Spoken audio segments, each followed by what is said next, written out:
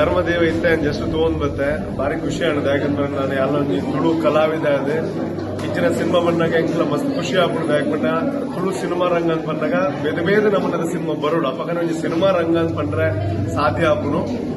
ಧರ್ಮದೈವ ಅಂತ ಬಂದ್ಬಿಡ ಸಿನಿಮಾ ಬಹುಶಃ ಏರು ತುಳುನಾಡು ದೈವನ ಮೋಖ್ಯಾಲ್ ಬರುತ್ತೆ ದೈವನ ಆರಾಧನೆ ಮಲ್ಪೇರು. ಸೊ ಅತ್ಲೆಗೆ ಖಂಡಿತವಾದ ಈ ಸಿನಿಮಾ ಮಿಸ್ ಮಲ್ಕೊಳ್ತೀನಿ ಅಂತ ಬಂದ್ರೆ ದೈವನ ತೋಜ ಅಂದ್ರೆ ದೈವನ ತೋಜಾದಿರಂದು ಈ ಧರ್ಮದೈವದ ತಂಡದಕ್ಕೆ ನಾನು ಅಭಿನಂದನೆ ಪಡ್ತಾ ಇದ್ದೆ. ಒಟ್ಟಿಗೂ ಏನ ಭಾರಿ ಆತ್ಮೀಯರ ನೆಂಚಿನ ರಮೇಶ್ ರೈ ಕುಕ್ಕುವಳ್ಳಿ. ಸೊ ಯಾರು ಬಹುಶಃ ಇಂಚೆ ಎಕ್ಸ್ಪೆಕ್ಟ್ ಮಾಡಲಿಲ್ಲ ಆರ್ನ ಕೆಲವು ರೀತಿಯ ಪಾತ್ರ ತೂತಾನೆ ಬಟ್ ಇದೇಟು ಮಾತಾ ರೀತಿಯ ಭಾವನೆ ಒಪ್ಪು ನಂಚಿನ ಒಂದು ಪಾತ್ರ ಮಲ್ದಿರು. ಸೊ ಮಸ್ತ್ ಖುಷಿ ಆನೆಂಗೆ ಸಾರ ಗೆಡ್ಡ ಅವಡಂಚನೆ ಚೇತನ್ ರೈ ಮಾಣಿ ಮೇರ್ಲ ಅದ್ಭುತವಾದ ನಟನೆ ಮಲ್ದಿರು.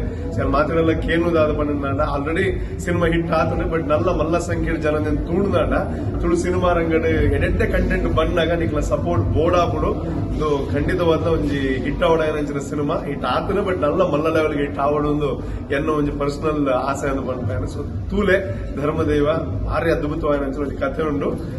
ಇಡೀ ತಂಡಗೆಡ್ಡ all the very best. Thank you.